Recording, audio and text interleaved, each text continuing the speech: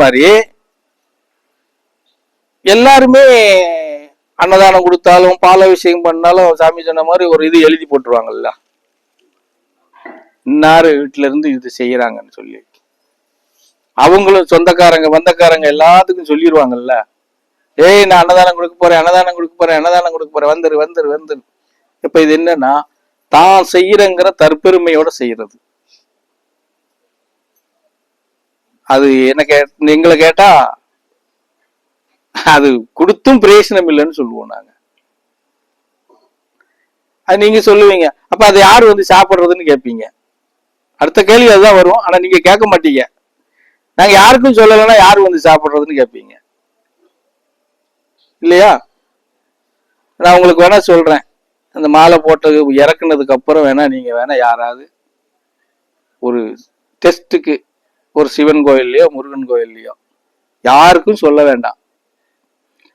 அந்த கோயில்ல இருக்கிற பூஜாரிக்கு மொத்தம் சொல்லுங்க, இந்த கிழமையில நாங்க இப்படி வந்து அன்னதானம் கொடுக்கணும்னு நினைச்சிருக்கிறோம், பூஜை கொடுக்கணும்னு நினைச்சிருக்கிறோம்னு சொல்லிட்டு நீங்க அந்த நாள்ல போய் யாருக்கும் சொல்லாம போய் சமைங்க.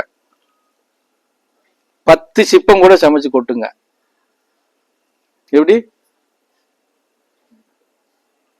இந்த சாப்பாடு சாப்பிட்டது போக மீதி பேருக்கு நீங்க 2ஆம் தரம் சமைச்சு கொடுக்கறதுக்கு ஆள் வரும், சொல்லாம போனா. நீ எவங்கிட்ட போய் கொடுக்கணும்னு சொல்லிட்டு போறியோ அவன் கொண்டாந்து சேர்ப்பான் ஆளை, அவன் கொண்டாந்து சேர்ப்பான். நாம அதை பத்தி வருத்தப்படுங்கிற அவசியமே இல்லை. நமக்கு அந்த பயம் வரணுங்கிற அவசியமே இல்லை. ஐயோ 10 சிப்பத்தை வாங்கி கொட்டிக்கிட்டு இருக்கோம், யாருமே இல்லையே, அந்த நினைப்பு நமக்கு வேண்டியதே இல்லை. புரியுதா? இதுதான் உண்மையான நிலைப்பாடுகள். நாம ஊரெல்லாம் கூப்பிட்டுட்டு போயிட்டு கடைசி அங்க போய் பார்த்தா 10 பேர் எக்ஸ்ட்ரா வருவான், அவனுக்கு சாப்பாடு கொடுக்க மாட்டீங்க. போயெல்லாம் தீர்ந்து போச்சு அப்படிம்பீங்க. அதுக்கு பேரு அன்னதானம் கிடையாது இல்லையா?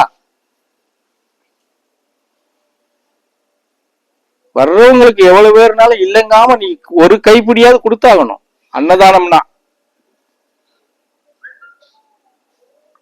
எல்லாம் தீர்ந்து போச்சு, பாத்திரத்தை கழுவிட்டு இப்ப வந்திருக்க அப்படின்னு சொல்றது அன்னதானம் கிடையாது. அதுல நிறைய பேர் இப்ப அன்னதானம்ங்கிற பேர்ல புளியோதரையை செஞ்சு அது என்ன ஓலை இதுல கொடுக்குறாங்க, அதுல கொடுக்குறாங்க. லெமன் சாதத்தை செஞ்சு இதுக்கு பேர் அன்னதானம்னு சொல்றாங்க. அதுக்கு அன்னதானம் கிடையாது. அது நல்லா இலை போட்டு சாம்பார் ஒரு கூட்டு இருந்தா போதும். அறுசுவைங்கிறது 6 விதமா வைக்கணும், அதெல்லாம் வேண்டியது இல்லை. ஒரு சாம்பார், ஒரு கூட்டு, ஒரு ரசம், ஒரு மோர், இந்த அடிப்படையில கொடுக்கறது அன்னதானம். அது அன்னதானத்துக்கு சேரவே சேராது, சைடிஷும் சேராது.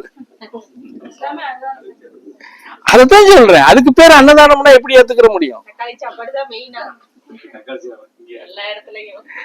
அது இந்த பிள்ளையார் கோயில்ல போய் சாமி கும்பிட்டு ஒண்ணு பிரசாதம் கொடுப்பாங்கல்ல, அந்த மாதிரி ஆயிரும். எப்படி?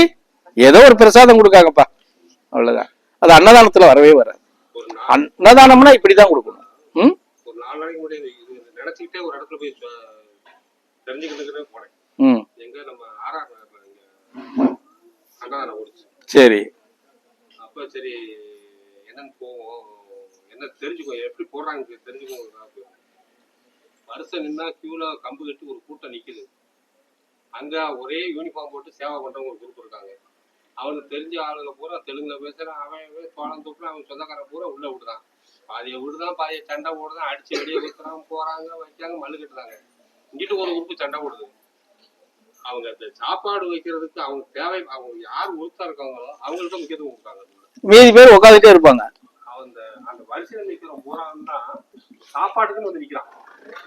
கியூல நிக்கிறவங்க ஏழபாளையா இருக்கு, அதான் பசியோட நிக்கிறாங்க. நிறைய பேர் தூக்கிச்சுட்டு எழுதி நிக்காங்க. அப்ப அந்த சாப்பாடுக்கு வழி இல்லாத நிக்கிறாங்க. கியூல நிக்கும். இது போறவங்க நான் சரி என்னதான் பண்றாங்கன்னு சொல்லி போய் அவங்க கூட அந்த வேடிக்கை பார்த்துட்டு இருக்கேன். அவனுக்கு தெரிஞ்சவங்க கூப்பிடுறான், அங்க இருந்து கூப்பிடுறவங்க உள்ளதெல்லாம் வேணாக்கு நான் உள்ள போறேன்னு சொல்லி அடிச்சு வெளியே ஊத்துறான். இதுல போய் அதான் சொல்றேன், இது வந்து அன்னதானம் போற மெத்தேடு தப்பு. நம்மளே வந்து சேர்ந்து இதுக்கு முன்னாடி செஞ்சுட்டு இருக்கோம். வசூல் இவங்க ஒரு 50 பேர் மாலை போட்டிருக்காங்கன்னா அவங்க துட்ட போட்டு ஒரு அன்னதானம் பண்ணிருந்தா கூட அது பிரச்சனை இல்லை. ஊரு பூரா வசூல் பண்றாங்க. அன்னதானம் போடப்ப அன்னதானம் போட்டு ஊரு பூரா வசூல் பண்றாங்க. வசூல் பண்ணி எடுத்து போட்டு அதுல அன்னதானம் போடுறது பிரயோஜனமே இல்லாத ஒரு இல்லைன்னு தானே சொல்றோம். முன்னாடி நம்மளும் அதான் செஞ்சோம். இப்போ நீங்க அதைத்தான் செஞ்சீங்க, உங்களுக்கு நாங்க ப்ரூவ் பண்ணோம் இல்லையா? ஆமா, இந்த வருஷம் நீ போற அன்னதானத்துல இப்படி இப்படி நடக்கும், இதை நீங்க கவனிச்சுக்கோங்கன்னு சொன்னோம். ஒரு காலத்துல ஐயப்பன் கோயில்ல போகும்போது சாப்பாடு கிடைக்காத காலம் ஒரு காலத்துல இருந்தோம், ஆரம்ப கால கட்டத்துல. இப்ப சமீப காலம் அன்னதானம் போடும்போது மெனு மாதிரி ஆயிப்போச்சு. இப்ப நாங்க செட்டு விரி குடிச்சிருக்கோம்னா உள்ள அண்ணா எல்லாம் ரெடி பண்ணி வச்சுட்டு என்னென்ன வச்சிருக்கோமோ அப்படி ஒரு தட்டுல எடுத்து முன்னாடி வைக்கணும்.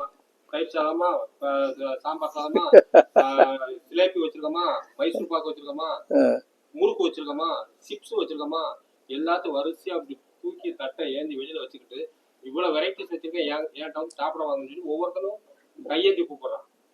வர்றவங்க என்ன பண்றாங்க, அங்கங்க வாய வச்சுட்டு சரி கூப்பிட்டாங்கல்ல அப்படின்னு பறைக்கு நான் திங்க கீழே விட்டு போகிறேன், அங்க நாளை பறைக்கு திங்க கீழே விட்டு போகுது. இது ரியலா நடக்குது. அது எவ்வளவு பெரிய பாவம். அன்னதானம் கொடுக்கறவனுக்கும் பாவம், அதை எடுத்து போடுறவனுக்கும் பாவம். அதை விட என்ன, எடுத்து போடுறவனுக்கு அன்னதானம் கொடுக்கறவன் கொடுக்கவே கூடாது.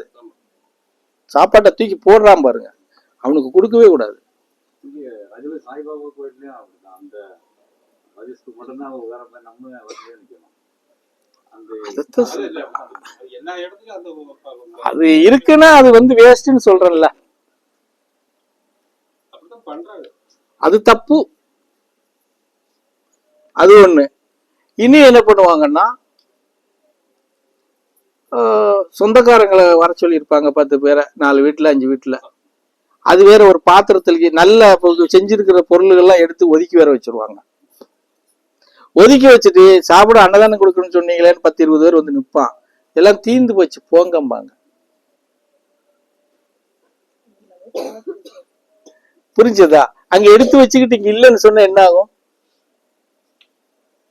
இதுவும் பாவம்.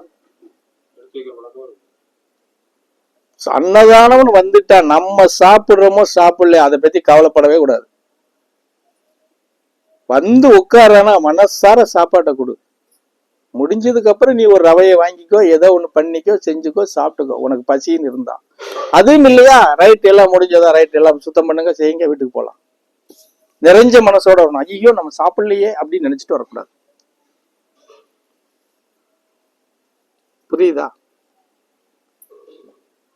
நீங்க இங்கேயே நம்ம நடத்துறதுலயே கூட சில இதுல நீங்க பாக்கலாம். இப்படி சாதாரண நீங்க பூஜைக்கு வர்றப்ப கூட நான் என்ன பண்றேன், இங்க சாப்பிடுங்கிறீங்க, நான் என்ன பண்றேன், எல்லாம் சாப்பிட்டீங்களா, யார் சாப்பிட்டுருக்கா, யார் சாப்பிடல, ஏன் சாப்பிடல, கேள்வி கேட்டு தெரிஞ்சுக்கிறது வரைக்கும் நான் சாப்பிட மாட்டேன். நீங்க அதை கவனிக்கிறீங்களா கவனிக்கலான்னு எனக்கு தெரியாது. சாப்பாடு கம்மியா இருந்தா அதை எடுத்து கொடு, அப்புறம் பாத்துக்கலாம், அப்படிதான் சொல்லுவேன். அதுதான் உணவு பரிமாற்றம் கொடுக்கறது இல்லை. அதுதான் அன்னதானத்திலயும் இருக்கணும். அப்படி இருந்தோம்னா நமக்கு வந்து நிறைய விஷயங்கள் நமக்கு வந்து நல்லதுதான் இருக்கும். அப்படிலாம் ஒன்றும் நமக்கு பாதகமாலாம் இருக்காது. ஆனா இவன் செய்யறது பூராமே பாதகமா தானே செய்யறான். நம்ம போன குரு பூஜைக்கு முந்தின குரு பூஜைக்கும் போன குரு பூஜைக்கும் வித்தியாசம் காமிச்சு. போன குரு பூஜை முந்தின குரு பூஜை மறுநாள் நம்ம சாப்பாடு பொங்கல் ஆளு இருக்கிறது சமாளிச்சிட்டோம். ஆமா, ஆனா இந்த வாட்டி மறுநாள் தான் சாப்பாடு ஹெவியா போச்சு.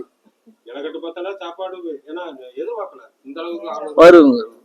ஆனா வரும்னு சொல்லி ஒரு குறிப்பிட்ட நம்ம எல்லாம் ப்ரிப்பேர் பண்ணோம்.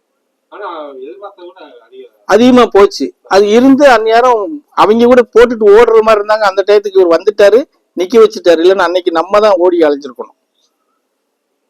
அந்நேரம் நான் வேற உங்களெல்லாம் கடிச்சிருந்திருப்பேன். அது எப்படி நீங்க சாப்பாடு இல்லைன்னு சொல்றீங்க அப்படின்னு சொல்லி. புரிஞ்சதா? அதெல்லாம் ஒவ்வொரு விஷயத்திலயும் ஒவ்வொரு இதில் நம்ம அனுபவத்தை கத்துக்கிறணும்.